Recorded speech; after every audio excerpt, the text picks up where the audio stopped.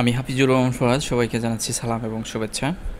আজকের ভিডিওর আলোচনার মূল বিষয় হচ্ছে যে কীভাবে একটি ওয়ার্কশিট বা ওয়ার্কবুককে আমরা অন্য ফরম্যাটে সেভ করতে পারি, অর্থাৎ পিডিএফ ফরম্যাট বা আদার যে পূর্ববর্তী যে ভার্সন রয়েছে মাইক্রোসফট এক্সেলের, সে পূর্ববর্তী ভার্সনে কীভাবে আমরা ফাইলগুলোকে সেভ করতে পারি।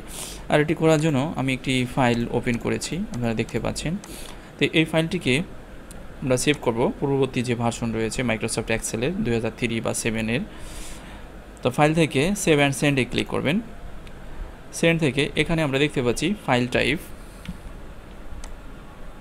তো ফাইল টাইপ থেকে আমরা এখানে দেখতে পাচ্ছি যে চেঞ্জ ফাইল টাইপ, এখান থেকে আমরা পরিবর্তন করতে পারবো। তো এটি করার জন্য চেঞ্জ ফাইল টাইপে ক্লিক করবেন। যে চেঞ্জ ফাইল টাইপে ক্লিক করার পরে এখানে অনেকগুলো ফাইল ফরম্যাট রয়েছে। তা আমরা এখানে দেখতে পাচ্ছি এক্সেল 97 থেকে 2003 যে ভার্সন রয়েছে, এই ফরম্যাটে আমরা যদি সেভ করি তাহলে 2003 যে ভার্সন রয়েছে সেই ভার্সনে এই ফাইলটি সাপোর্ট করবে। তো এটি করার জন্য ক্লিক করবেন এখানে, দেন তারপরে এই যে সেভ যে অ্যাস নামে যে অপশন রয়েছে সেভ অ্যাস অপশনে ক্লিক করবেন। সেভ অ্যাস অপশন থেকে এখানে ফাইল নেম লিখে আপনি আপনার যে ফাইল লোকেশন সেই লোকেশনে আপনি এটিকে সেভ করবেন। তো এখানে সেভে ক্লিক করলে এটি সেভ হয়ে যাবে। তো আমি আপাতত সেভ করছি না, আপনারা চাইলে এখানে সেভ করে নিতে পারবেন। পরবর্তী যে অপশন আছে ফাইল থেকে save and send and create PDF. তো ক্রিয়েট পিডিএফ অর্থাৎ আমরা যদি কোনো ফাইলকে পিডিএফ ফরম্যাটে সেভ করতে চাই, তো পিডিএফ হচ্ছিল portable document file. Portable document file অর্থাৎ ফাইলকে প্রোটেকশন দেবে।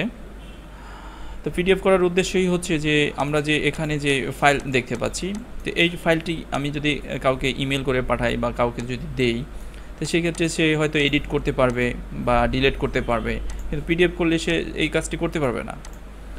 আরেকটি বিষয় যে এখানে পিডিএফ করার যে আমরা যে ফাইলটি এখানে তৈরি করেছি, এটা হয়তো অন্যরকম আছে, কিন্তু আদার অনেক ফাইল আছে যেগুলো অন্য কোনো প্রোগ্রামে বা অন্য কোনো কম্পিউটারে যখন ওপেন করা হয় হয়তো সেই সেটিং কিন্তু থাকে না, হয়তো চেঞ্জ হয়ে যায়।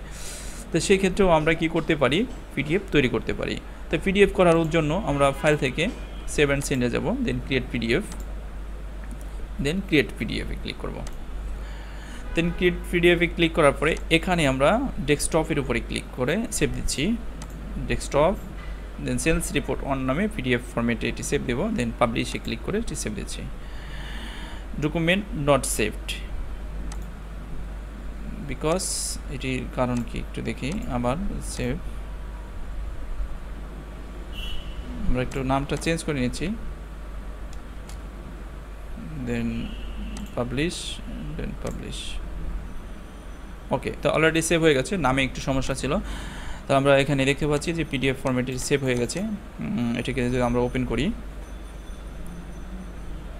এখানে বিভিন্ন ধরনের অ্যাডোব রিডার নামে যে সফটওয়্যার আছে সেটির মাধ্যমে আমি ওপেন করছি।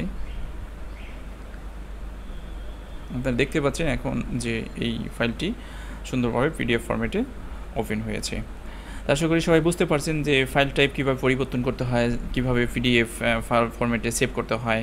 হ্যাঁ, আজকের ভিডিও এই পর্যন্ত। পরবর্তী ভিডিও দেখার জন্য সবাইকে আমন্ত্রণ জানিয়ে শেষ করছি। আল্লাহ হাফেজ। ভিডিও শেষে আপনার কাছে ছোট্ট একটি অনুরোধ করিব, যদি এই ভিডিওটি ভালো লাগে অবশ্যই লাইক, কমেন্ট এবং শেয়ার করে আপনি আপনার বন্ধু এবং বান্ধবীর মাঝে ছড়িয়ে তাদের উপকার করতে পারেন, এবং আমাদের চ্যানেলটি সাবস্ক্রাইব করে রাখুন যাতে করে পরবর্তী ভিডিওগুলো দেখতে পান। Thank you.